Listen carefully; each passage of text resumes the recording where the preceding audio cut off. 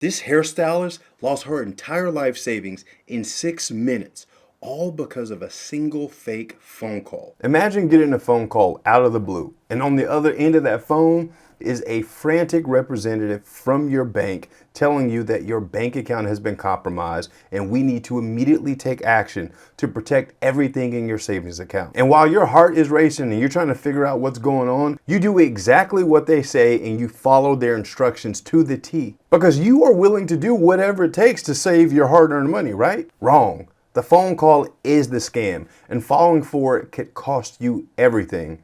This nightmare became reality for Milan Jackson, a hardworking hairstylist and a single mom from Chicago.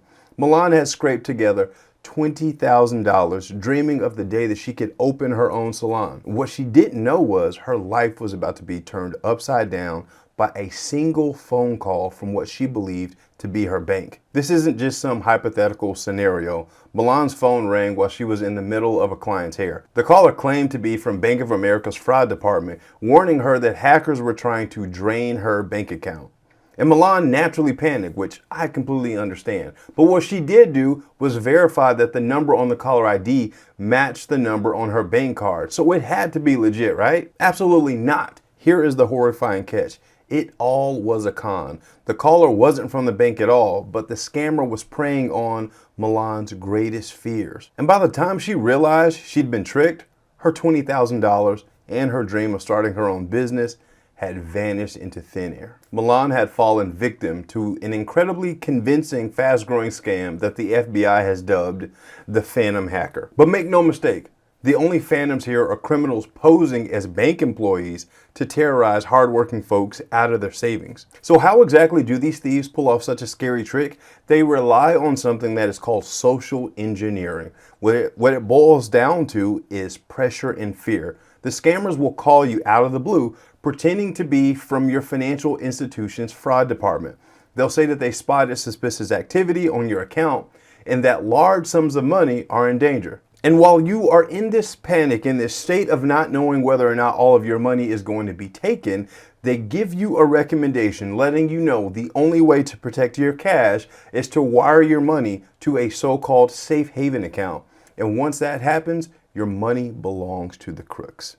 The phantom hackers create a false sense of urgency to get your heart pounding and insisting you have to move the money fast before the imaginary intruders drain your savings. They'll stay on the phone with you, guiding you step by step through the process of transferring money out of your real account and straight into their greedy pockets. And trust me, I get it. In the moment, their story seems so convincing, especially with all the hacks and scams that are going on in the world. There's not a single day where there's not a headline about a scam or someone losing money. And so when you see your bank that you know and trust are on the other end of the phone, how could you not follow their directions?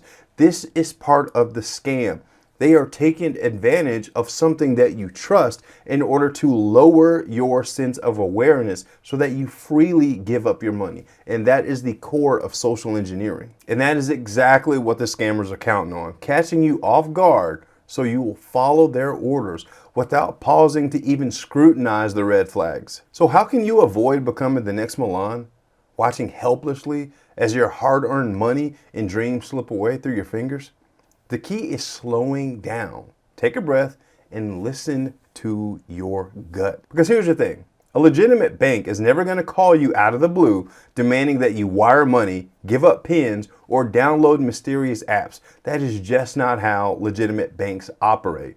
So if you get one of those heart-stopping calls, I want you to hang up the phone. As hard as it may seem, do not engage. Hang up the phone and call the legitimate number back. This is important because scammers often use something that is called spoofing. And this is why Milan believed that the phone number that was calling her was her bank, because the scammers were able to make their phone number look like it was coming from the bank.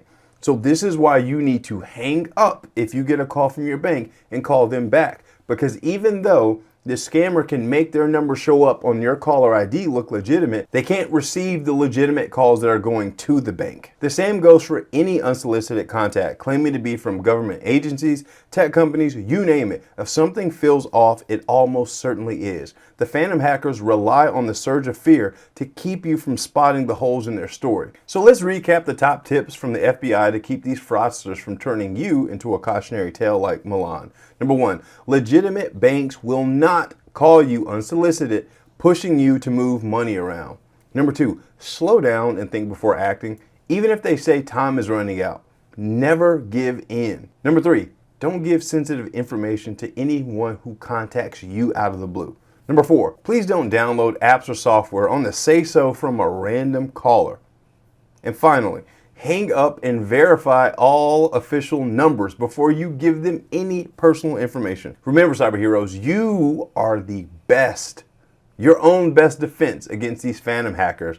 Don't let them scare you into giving your money away. Because the harsh truth is once that money is wired out of your account, it's often as good as gone. Even if you realize you've been scammed within minutes, your bank may not be able to give you those funds back. Especially, I've talked about this in other videos, wires are non-reversible. And that's the devastating reality that Milan is grappling with right now. The salon she worked towards is on indefinite hold as she tries to piece together what's left. Milan was brave enough to share her story. And I can understand this could probably be very embarrassing because many people are probably judging her as like, I would never do that, but you never know until you are in that situation. So my question for you is like, who is responsible for this? Since the attackers used the bank's phone number, do you think that they should give her money back?